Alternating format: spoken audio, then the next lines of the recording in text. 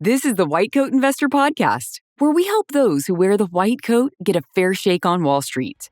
We've been helping doctors and other high-income professionals stop doing dumb things with their money since 2011.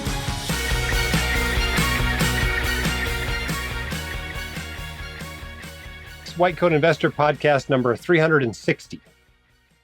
Healthcare is changing, and so are you. Your current career goals are probably different than they were 5 years ago. You probably have questions about how to achieve them. Consider locum tenens as a solution. Locumstory.com has all the information you need to learn more about the benefits of locums and how it can work for you. On the Locum Story podcast, you can find expert interviews with physicians who've worked locum tenens firsthand and share what their experience was like, along with advice for others looking to do the same. Tune in to the Locum Story podcast on Spotify, Apple, or Google Podcasts. By the way, we have a whole bunch of communities here at the White Coat Investor, right? We've got social media, and we've got Instagram and Twitter, and you name it. If it's on social media, we're on it. But we also have these 4 communities, right? We have the WCI forum. We have the subreddit. If you love Reddit, we've got a White Coat Investor subreddit. We've got a Facebook group, a private Facebook group. If you're into Facebook and you love that manner of interacting with others, you can join that Facebook group. There's almost 100,000 of you in it. And then we've got our newest one, our smallest one, The Few, Financially Empowered Women, that you can also join. They have an event about every month or so, and also their own small private Facebook group. But that one's obviously all women, and is our newest WCI social community. So check those out, connect with others, discuss your questions, help others, learn from them. It's just great to be part of one big community helping each other. All right, I think the first thing we're going to do is we're going to bring on one of our advisors, and let's talk with him about some of your questions, and use that to springboard into some of the other questions that you guys have sent in to us on the SpeakPipe. By the way, we love getting questions on the SpeakPipe. You can leave those at whitecoatinvestor.com/SpeakPipe, and we'll get to as many of those as we can on the podcast. All right, I'm here with Wesley Botto, who is one of our sponsors, one of the sponsors of the White Coat Investor. He's one of our approved list of financial advisors. Welcome to the White Coat Investor Podcast, Wesley. Thank you for having me. It's good to be here. I don't think we've had you on here before, so let's introduce you to the audience a little bit. Why don't you explain to us all why you decided to become a financial advisor in the first place? Great. So I had the good fortune of my dad was a financial planner for 35 plus years. But I didn't directly know that I wanted to do this early on. And so when he had the opportunity, obviously, to work with many successful people. And so as a kid, he came home and he talked to me about different people he met with. That led to my older sister, for example, becoming a pediatrician because that was within her interests. For me, I liked numbers, and he got me interested in the language of business, or accounting, of course. And so he talked to me about how a lot of the successful people in business started with the CPA. And so that's when I was a junior in high school. I can remember I wrote a paper that said, when I finally get a job, I want to be a CPA, work at a Big Four public accounting firm. And that's exactly what I did. I did that for a few years. And then after that, and it was a good experience, but it wasn't long after starting there that it was pretty clear to me, this is not where I want to spend my entire career. But even still, I learned a lot from that experience. It was good. But then I wanted to try something else. So I did some finance and accounting for small businesses. And it was at that time my dad said, hey, Wes, why don't you try to spend some time with me and some of my clients, see if you can add some value. So that's when I got my first taste. It wasn't long after that I said, this is what I want to do. And so, for example, I got to work with some clients of my dad's that have known me my entire life. The funniest example of that is the OB/GYN who was in the room when I was delivered is a client. And now I still work with him and his wife. I work with his kids and his grandkids, setting up 529s and everything like that. So that's just an example of the types of people that we work with and the deep relationships that we have with our clients. Now, your firm is Hillcrest Financial Group. More information about that can be found at hillcrestfg.com. Obviously, we have you listed on the recommended page for financial advisors at whitecoatinvestor.com. Tell us what's unique about your firm.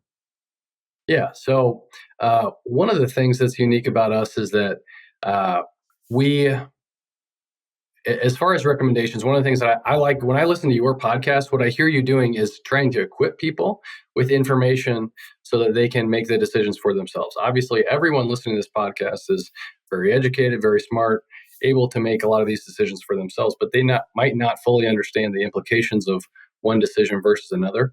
So what we try to do is equip our clients with information, and then they can make it from there. Obviously, every once in a while you have someone that says, okay, Wes, it sounds like you're just laying out options for me. I want you to tell me what to do.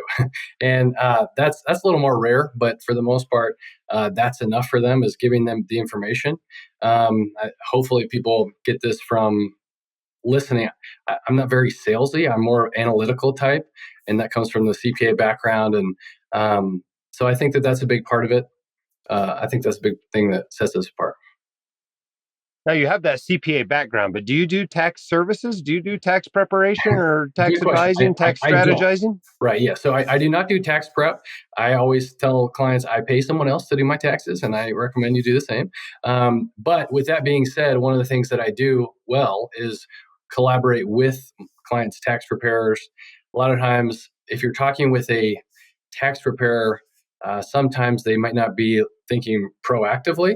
And instead, I feel like that's one of our strengths, is that we're thinking proactively as far as tax planning goes.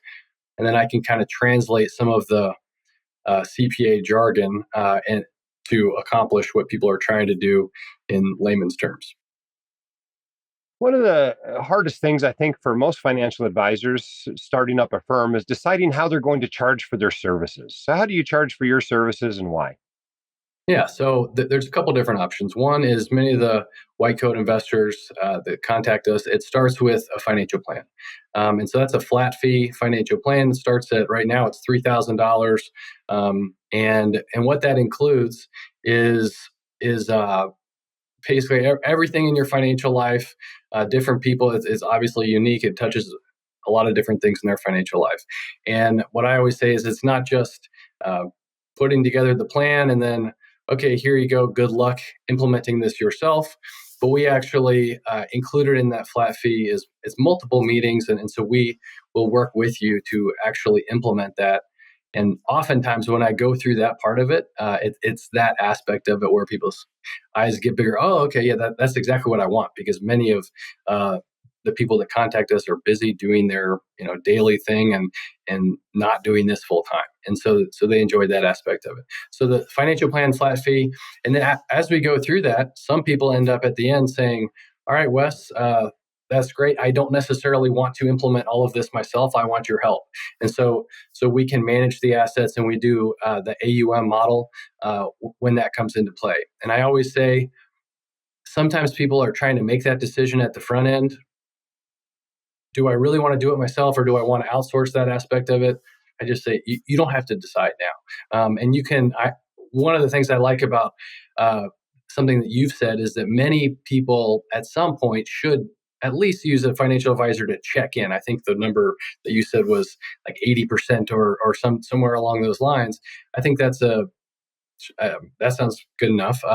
And so if they want to just take the plan and then go and implement it themselves, that's great. And then you can check in from time to time. More than anything, what I want to do is provide good objective advice at a fair price, like you say often. And so we can even work in between there as well. And we can create something that works for people. At the end of the day, I want to get paid for my time and at a fair price. And so those are the different ways that we do that. Yeah. Let's, if you don't mind hanging around a little bit, let's answer a couple of reader or listener questions here. Our first one comes from Tomi, who has a question about pensions and portfolios. Let's take a listen. Hey, Jim. This is Tomi from Seattle. I give lectures to our trainees at my institution about financial literacy and frequently refer them to your resources. So I just want to thank you for everything that you do. My question is about how we should view pensions in our retirement portfolio. I know you have previously said that a pension should be viewed as fixed income. However, some argue that this is a substitute for bonds in their portfolio, which allows them to invest the rest of their portfolio into stocks. Can you talk about the pros and the cons of this approach? All right, Wes, how would you reply to this? I mean, how do you look at a pension? Should it be folded into the asset allocation? Should it be kept out of the asset allocation? How do you consider pensions and I suppose other income streams such as Social Security you could talk about as well? Right. Yeah. So probably like many of your listeners, when clients talk to me about Social Security and the assumptions that we make around Social Security, and the same would go for pensions, the level of confidence is not very high that Social Security is going to look the same way that it does now for someone like me in their 30s. And so, as far as pensions, it's interesting that this person is even able to participate in a pension. That's cool. But it's very, very common. I would say it's highly likely that by the time this person retires, the pension is going to look different. I wouldn't be surprised if that pension ends up getting frozen, and there's less accruals for that person in the future. So, although they are right now, this person is probably, Tomi is getting a projection for what that's going to look like in retirement. Very likely it's not going to be that exact amount. It's going to be I do have some clients that have a significant amount of pension income. Many of them, it's a very, very modest amount. I mean, hundreds of dollars a month. And it's because they participated and then that pension plan got frozen. So with that being said, I would do the allocation, not thinking too much about that because it may not be a big portion. Now, as you get closer to retirement, or even if you're in retirement, Tomi didn't give that information, but if you're in retirement, of course, yeah, you're going to factor that in. If you get a $10,000 a month pension, yeah, I would factor that in to your overall allocation. But when you're still working, if you've got many years left, I wouldn't bank on that too hard. What do you think about that, Jim? You know, a big question people seem to have is, should this replace bonds in my portfolio? And I've always said no. I've always said, look at your portfolio separately. And then when it comes time to calculate how much you need for retirement, take whatever your spending is, subtract out what you expect from Social Security, subtract out what you expect from guaranteed sources of income, like a pension or a single premium immediate annuity. Those sorts of guaranteed sources of income, subtract that out from what you need the portfolio to provide. But don't try to put a dollar value on your Social Security. Don't try to put a dollar value on your pension and somehow fold that into your asset allocation when you're deciding, 50% stocks and 20% bonds or whatever, rather than, just leave it out and use it to reduce the amount of money you need from your portfolio. I think that's the academically proper way to look at it. But there's obviously, as you mentioned, lots of concerns about pensions these days. And very few people, I think even fewer, even lower percentage of doctors are looking at pensions. They're probably not going to have any. The only pension they're going to have is the one they provide themselves. Right. Yep. That's exactly what I've seen.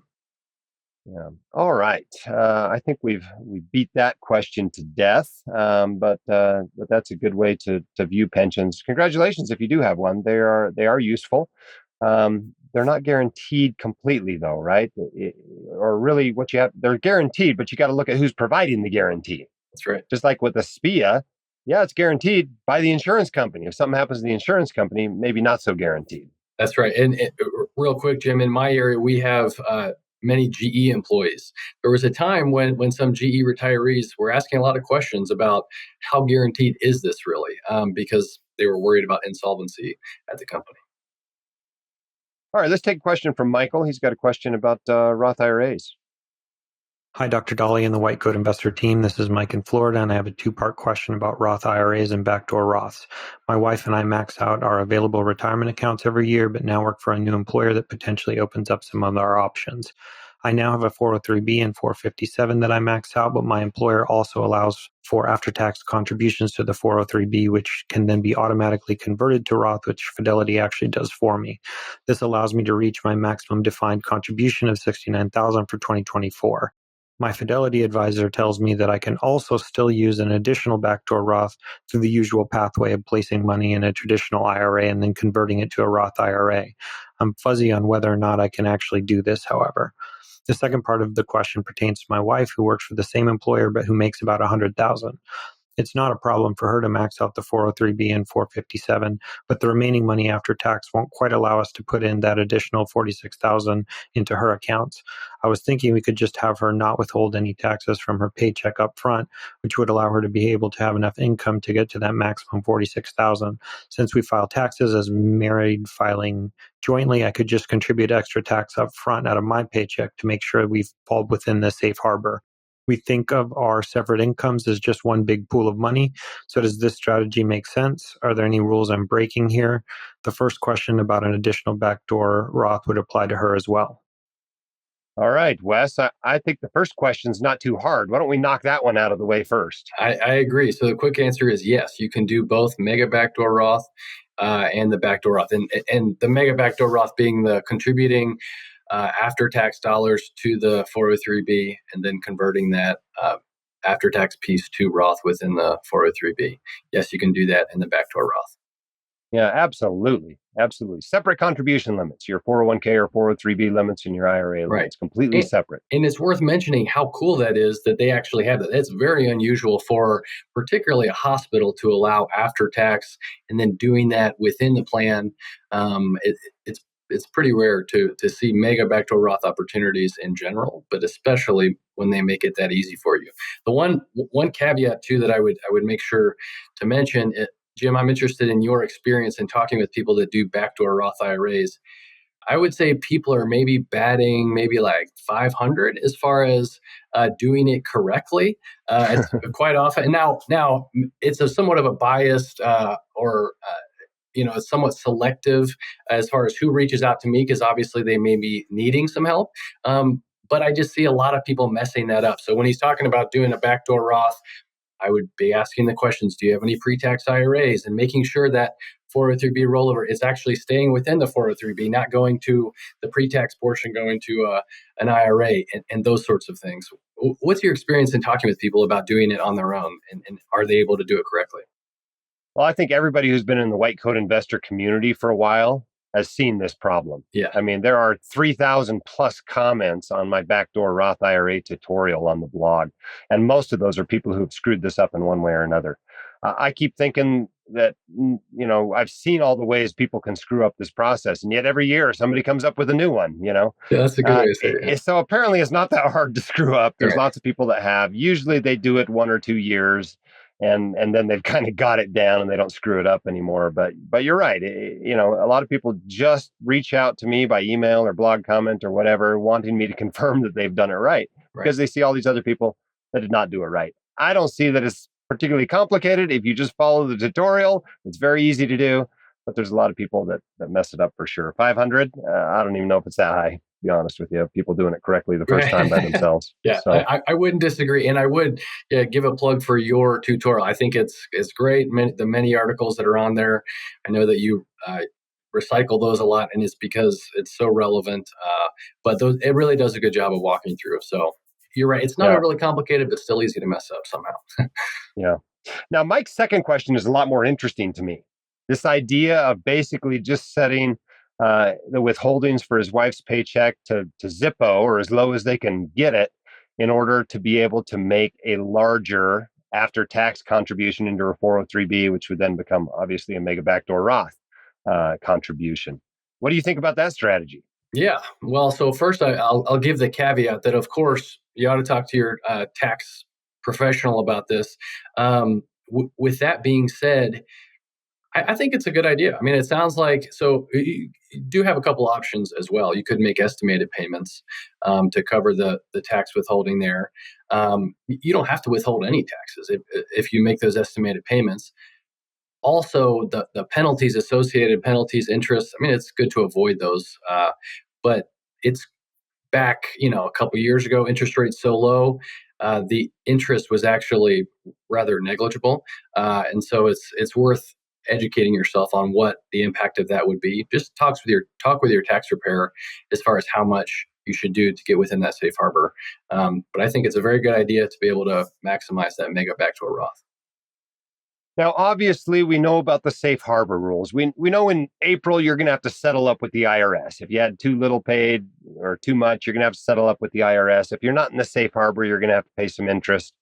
But the question is, I think the legality of deliberately, reducing your withholdings at one employer, even though you're paying your taxes, even though you're staying within the safe harbor, is it legal to do this, to manipulate your withholdings in that way, or is that somehow breaking any rules? I don't see anything wrong with it. Again, I mean, there are some taxes that you will have to pay. I assume here he's talking obviously just about the federal income taxes, but there's the payroll taxes that will be coming out. So you do have to factor that in if you're trying to. That's going to be a problem with HR if you're literally withholding nothing, trying to make your entire gross paycheck go to the 403B. That's not going to work. You're going to have to factor in payroll taxes at a minimum. Yeah, I don't think there's any way of getting out of those, but Right. It's pretty amazing how flexible you can be in some of these things if you really push HR and you really, think through the process. It's pretty impressive how often you can get, your withholdings down for one person, and you just withhold more for the other person, or Right. make quarterly estimated payments. So Right. a lot of flexibility there to be able to max out those Right. accounts. Jim, can I ask one other thing? One other comment that I would like to make on this, and I'm interested to get your thought, is quite often, sometimes it's interesting when I'm talking with maybe a newer attending who has these opportunities, such as Mega Backdoor Roth. They're looking at all the different retirement plan opportunities. And sometimes, even though those things are available, depending on what the balance sheet looks like, depending on cash flow needs, I would say maybe let's wait a year or two to fully max out all that. Because if you're adding up all of the different deferrals after tax, the Mega Backdoor Roth, the Backdoor Roth, you're looking at over 100,000 easily of contributions. And if you're making a good salary, but tying up all your money in retirement, it ends up where you actually don't have very much flexibility, and that's where someone might have to swipe the credit card and pay interest. So oftentimes, I preach flexibility and having balance. So even though that's available to you, I would just be aware of that. Yeah.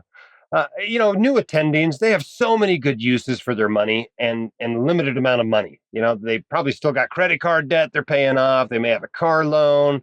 Their student loans are going to have to start making payments on soon. They probably don't have a real emergency fund. They may be saving up a down payment for a house. And then they've got all these accounts they want to max out. And, Right. and you just can't do it all. I mean, you're not going to put, $150,000 toward retirement accounts when you're making $275 and you're 1 year out of residency. It's just not going to happen. Exactly. You got other uses for your money. Yes. And that's why I get so mad when I see people sold these, high premium whole and universal life programs while they're still paying off, student loans, and all of a sudden $40,000 a year is having to go to this whole life insurance policy. Right. They just have better uses for their money, and sometimes they have better uses than a Mega Backdoor Roth. Right. That said, I hate to see people investing in a taxable account when they still have tax protected space available to them. So Yeah. flexibility is good, but you also get an awful lot of benefit from a tax protected retirement account. Not only the tax benefits, but the estate planning features and the asset protection benefits. I hate to see people passing that up too much just to get more flexibility. The classic case is people that want to retire before age 55 or age 59 and a half. And they start wondering, well, should I save a bunch of money outside of retirement accounts? And I think that's usually a mistake because it's relatively easy to get into those retirement accounts in the case of early retirement. Right. Yeah. I wouldn't disagree with that. Certainly, quite often I'm just so much in the habit of talking about retirement accounts being for the future, not trying to open up the idea. Once you, I feel like you can open up Pandora's box. I've seen before where if you say, all right, yeah, I'm going to tap the retirement account for this, at age 40. Well, it's easy to just see that as a revolving, I can just use that as another bank account. And, of course, that's the wrong way. I know you wouldn't think of it that way, but that can be a road that you go down. But I agree with you. To the extent you can, use all those retirement accounts. I always say the IRS gives you tax benefits.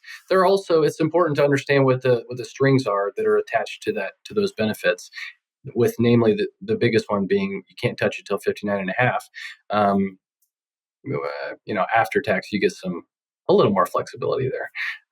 But yes, I agree with you. Absolutely. All right, Wes. Well, thanks for being on the podcast with us today. If you want to talk to Wes more, you can reach him at hillcrestfg.com. That's his financial advisory firm. And thanks so much for sponsoring the White Coat Investor Podcast. Thanks for having me. I enjoyed it. All right. Now that we've let Wesley go, let's do a few of these additional questions that you guys have sent in for us. Hello, White Coat Investor Podcast. I am a third-year medical student set to graduate in 2025. My question is about filing taxes in regards to the SAVE plan. I'm currently married. My wife makes the income, and we have been told from multiple advisors to file separately for the sake of the SAVE plan that will be based off my income of $0 as a student. And then once payments start, it'll be $0 payment. That said, if my wife and I are more debt averse and want to get rid of the debt, would it be better to just file jointly, reap the tax benefits that she won't have to necessarily pay, get potentially a tax return, a positive tax return, and then also get the educational credit as well? Please give me back your thoughts. Thanks. Okay, great question. Starting a few years ago, we started getting questions like this more and more frequently. Sometimes a blog comment, sometimes an email, sometimes, on the speak pipe for the podcast. But the truth is, I can't answer your question. It's just not enough information, number one. Number two, I literally could not take the time to get with people, get all the information I needed to answer this question, and really help you in that way. And we realized there was only one good way to do this, and that was to start another company. And so we did. About 3 years ago, we started a company purely designed to help people like you with this type of a question. That company is called studentloanadvice.com. And our head financial coach there, our head student loan guru there is Andrew Paulson. And he is an expert inside and outside of all this stuff. Not only did he go and get the CSLP, Certified Student Loan Planner designation, but he's now, advised on, I don't know, it's not quite $1 billion yet in student loans, but it'll be there in not too long. Because these are complicated questions. How do you file your taxes? Married filing singly, married filing jointly. Which plan, save or pay? When do you refinance? When, which type of retirement account do you use? Do you use a Roth account or tax deferred account? And there's absolutely no way to answer these questions without running the numbers for you, right? I have no idea what your spouse makes. I have no idea how much tax you're giving up by filing MFS for her. I have no idea, how much other income you might have. So all I can talk about here is in generalities. If you really want specific advice for your situation, I'd book a consult at studentloanadvice.com. Yeah, it's going to cost you a few $100s, but it may make up for that by saving you tens of thousands, sometimes hundreds of thousands, particularly for those who are able to qualify for PSLF. But here's the general guidelines, right? The year that matters is the year in which you're a third year and the beginning of your fourth year, right? So it's not 2023 taxes that matter for you. It's your 2024 taxes. So you can go ahead and file for 2023 married filing jointly. And then next year, you might want to file married filing singly, because that you'll be able to then show your income is zero. So your save payments will be zero. And whatever the interest is basically going to be subsidized. And it's entirely possible that that subsidy is going to be worth more than the tax savings you would get by filing married filing jointly with both of your income. And that comes down to what her income is. If she's an orthopedic surgeon, maybe not. It might not be worth it. On the other hand, if she's a part-time nurse, maybe it is worth it, right? You just got to run the numbers. That's the only way to know for sure. But that's the point. You definitely should file taxes. You have to anyway, because your spouse has an income. But you've got this question now of whether to do married filing jointly, married filing singly, or separately rather. And there's a good chance that that is the best option for you, even if you're not going for PSLF, even if you're not going for SAVE forgiveness. It may still be the best option for you. On the other hand, there are other options, right? I mean, you could refinance and get a significantly better rate. and just start working on paying stuff back. It sounds like you're planning to pay stuff back anyway. But given how complicated they've made the student loan situation, that's not necessarily the right answer for you. Hope that's helpful as much as I can be, unfortunately. Okay, here we have another question also related to student loans. Hello, Dr. Dolly. I'm a longtime listener and first-time caller. I am participating in a non-PSLF state governmental student loan repayment assistance program for underserved areas. IRS Publication 970, Section Student Loan Repayment Assistance, lists 3 scenarios in which student loan repayment assistance is tax-free. My questions are as follows. 1, does this mean a repayment disbursement does not count towards your gross earned income? 2, which tax form do you use to correctly report this on your taxes? And 3rd, I have residency classmates who went the PSLF route, and I'm including this question on their behalf. When PSLF forgiveness is received, how do you report it on your taxes? Thank you sincerely for all you and your team do. I'm a newer attending, just 1.5 years out of training, and having access to financial literacy has made a world of difference. Well, that's got to be a record. 3 questions in 54 seconds, none of which are all that easy. Let's start with the first one. We're talking about non-PSLF state programs. So I think you answered the question in your reference to Pub 970. You found the answer. This is what it is, right? If you go to page 38 in Publication 970, you'll see a section that says Student Loan Repayment Assistance. It says student loan repayments made to you are tax-free if you receive them for any of the following. First, the National Health Service Corps Loan Repayment Program. Second, a state education loan repayment program eligible for funds under the Public Health Service Act. That sounds like what you're in to me. And the third one is any other state loan repayment or loan forgiveness program that is intended to provide for the increased availability of health services in underserved or health professional shortage area as determined by such state. Now, it also puts a note in there that says you can't deduct the interest you paid on a student loan to the extent payments were made through your participation in the above programs, but that's not that all that awesome of a deduction anyway. It's limited to $2,500 a year, and most attending physicians make too much to qualify for it anyway, so that's not really much of a loss. But getting this forgiven tax-free is pretty awesome, right? Or repaid tax-free, whatever you want to call it. That's pretty darn similar to public service loan forgiveness, so that's great. When does it not count? Well, it's not taxable in those situations. So things aren't taxable or forgiveness is not taxable if it's PSLF. It's also not taxable if you get an IDR forgiveness between now and I want to say the end of 2025. Now, most people haven't been in those programs long enough to get that forgiveness, but if you're one of those select few who has, that's currently tax-free. I guess it's possible that could be made tax-free in the future, but most of you going for pay forgiveness after 20 years or save forgiveness after 25 years, you better be saving up for the tax bomb because you're probably not going to get that tax-free. And then, of course, these things that are listed here in Pub 970, right? NHSC loan repayment, any state education loan repayment done under the Public Health Service Act, or any other one basically that your state says is for an underserved area or a health professional shortage area. Those are often inner cities, they're often rural areas, but it's a pretty cool way to get that benefit tax-free. So it sounds like what you're in qualifies to me. Your second question was how to report it on your taxes.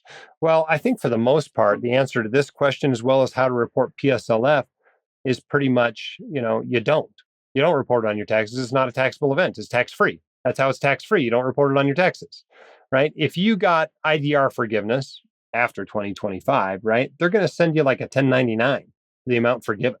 You're going to have to pay taxes on that. They don't do that for PSLF. They don't do that for this sort of a program, right? So you don't have to pay these taxes on it. You're getting income. You don't have to pay taxes because they don't send you a tax form saying you had income. But there's not like a special other, PSLF form you file with the IRS the year you get forgiveness. You just don't. It's just gone. Hope that's helpful. Hi, Dr. Dolly. I'm a first-year medical student in the United States. and I've started to work on my taxes for this year. As you probably know, the American Opportunity Credit can only be used for the first 4 years of post-secondary education. However, I completed my bachelor's in 3.5 years, and I can't find information on the IRS website for my unique situation. Can I claim the American Opportunity Credit for 1 year of medical school? Thanks for all you do. Great question. I don't know the answer offhand. Typically, these tax credits are used by undergrads, but let's read the rules. The IRS has publications on this sort of stuff and informational web pages on it. So if you go to this web page they have on irs.gov, it tells you the American Opportunity Tax Credit is a credit for qualified education expenses paid for an eligible student for the first 4 years of higher education. You can get a maximum annual credit of $2,500 per eligible student. If the credit brings the amount of tax you owe to zero, you can have 40% of any remaining amount of the credit, up to $1,000, refunded to you. So $1,000 of it's refundable. The maximum credit is $2,500. The amount of the credit is 100% of the first $2,000 of qualified education expenses and 25% of the next $2,000 of qualified educational expenses. Okay, so far so good. You only used 3 years up as an undergrad, it sounds like, or you only were in school for 3.5 years, so you should have at least another half year to use this.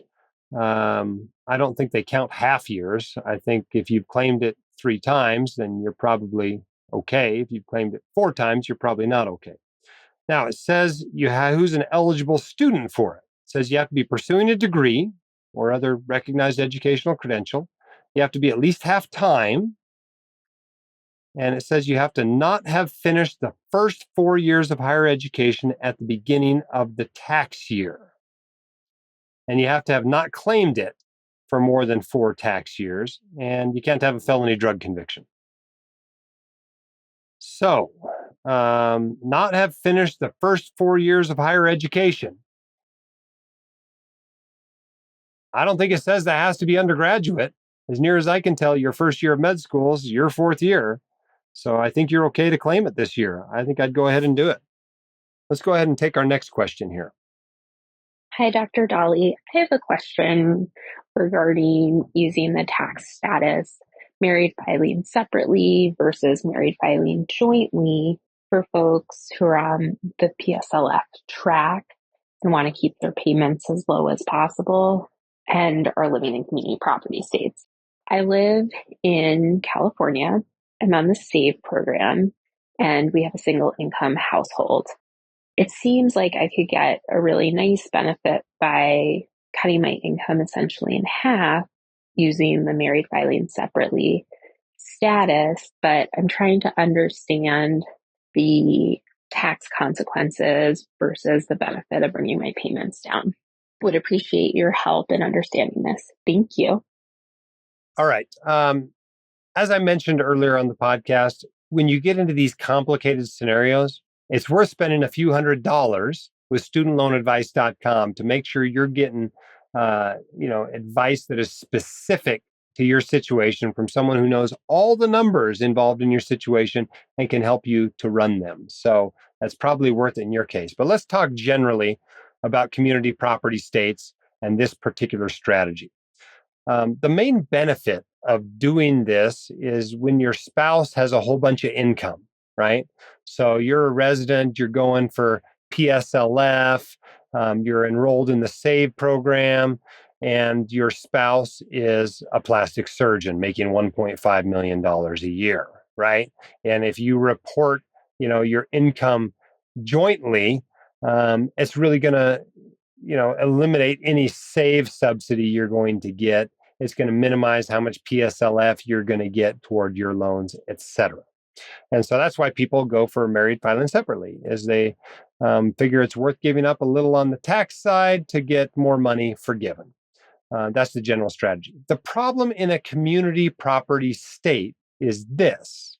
When you do MFS in a community property state, you've got to put half of all community income and all of your separate income on your return. So it really neuters the strategy. Okay. And so often it no longer makes sense to put this sort of strategy in place for you to maximize your PSLF. So which ones are the community property states? They are generally, and this is very interesting historically to look at this, but they're generally states that were under Mexican or Spanish control at some point, or French control. Okay. Not all of them. There's an exception, Wisconsin, that I can't quite figure out. But the rest of them, for the most part, were in the portion of the United States that was at one point part of Mexico. Okay, so we're talking about Arizona, California, Idaho, Louisiana, which is, another exception is kind of French, Nevada, New Mexico, Texas, Washington, and Wisconsin. Okay, if you're in any of those states, your MFS strategy is not going to be nearly as powerful as it is in other states. If you need help running the numbers, again, studentloanadvice.com is probably your best bet. But that's the problem you've got being a California resident, is that this MFS thing that other people are doing in other states isn't going to work as well for you. Okay, let's take our next question. Hello, Dr. Dolly. My wife and I recently opened a private practice in Ohio, and I heard you mention something recently on a podcast we were hoping you would elaborate on. You mentioned something about, I believe you said P-tax, regarding paying your state taxes or payroll taxes by credit card. I was hoping that you can clarify if there are any fees or exactly where to go to see more information on this topic. Thank you so much. Have a good day. All right, I think you're a little bit confused. You seem to be blending two different topics together. So let's just address both of them, because there's probably somebody out there with each of these questions. The first one is paying taxes by credit card. And you can pay your taxes by debit card or credit card. There's some digital wallet options now. What you will find, though, the people who want to do this usually are getting rewards back for doing so, right? So they're like, oh, I'll put on my credit card and I'll get 1% back. And, I got a big tax bill, so that'll be cool. Well, what you find is that the fees for doing this are not insignificant. Like, I'm looking at the IRS website on this right now, and the three options they have up, the fees are 1.82%, 1.87%, and 1.98%. So if you're only getting 1% back, you're definitely not coming out ahead. If you're getting 2% back, which is about as good as it gets, most credit cards these days, you're really not getting enough back to be worth this hassle. So as a general rule, paying your taxes by credit card's not going to be some awesome thing for you. So don't bother. Hope that's helpful on that topic. However, I think what you're referring to is pass-through entity tax, or PTET. And this is something that's allowed in more and more states. And let me give you the big background information for this. Starting in 2018, the Tax Cuts and Jobs Act, right, the Trump tax cuts, basically put a bunch of cool tax cuts in place, right, mostly for corporations and other businesses. Well, in order to pass this in the manner they did, which is through a process known as reconciliation, and this is the only way to get it passed without like a veto-proof majority, which they did not have, they have to make it balance over like 10 years. So one of the things they put in place to help this balance is a cap on SALT taxes, okay? And what do they mean by SALT taxes, right? What they mean by that is state and local taxes, state and local income taxes. That's the SALT tax deduction. And it used to be that if you paid a whole bunch of money in state income tax, you could deduct it all on your taxes. You didn't have to pay federal income tax on the money you used to pay state income taxes. And that included your property taxes. Well, starting with in 2018 with the Tax Cuts and Jobs Act, you couldn't do that anymore. It was capped at $10,000.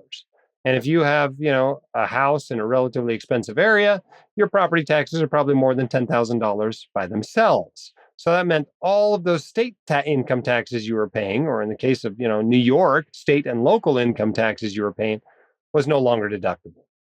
And a lot of people viewed that as politically motivated, right? Because a lot of the blue states tend to have high property taxes and tend to have high income taxes. And so it became this big political football that goes back and forth. Well, what a lot of states have done to get around this is they've tried to put in new laws that allowed you to get around not being able to deduct this. And some of them were not successful in the beginning. You know, they were trying to give you charitable deductions for it and all kinds of other things. Well, the one that does seem to be successful is this PTET, a pass-through entity tax.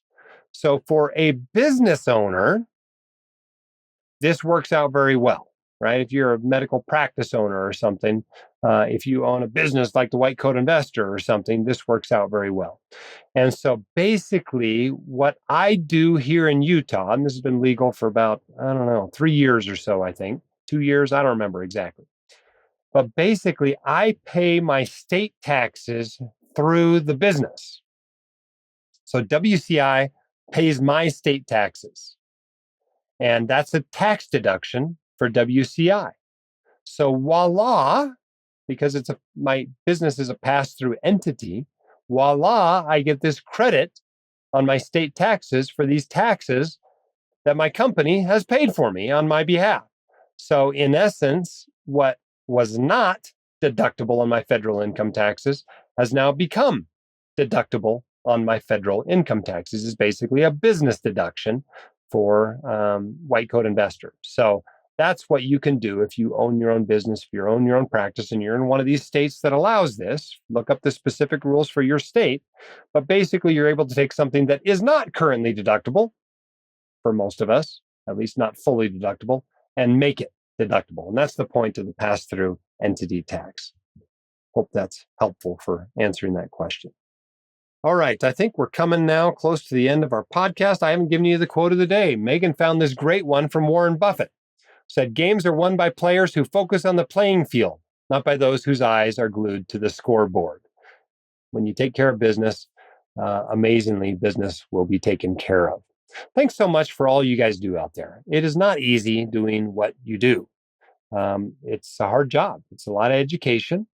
And a lot of times, those of you in medicine, it's dealing with death and dying on a daily basis. You know, a lot of people are like, well, I don't get stressed out. Nobody dies if I screw up. Well, that's not necessarily the case in medicine. If you screw up, people do die, and that can be stressful. So thanks for taking that on.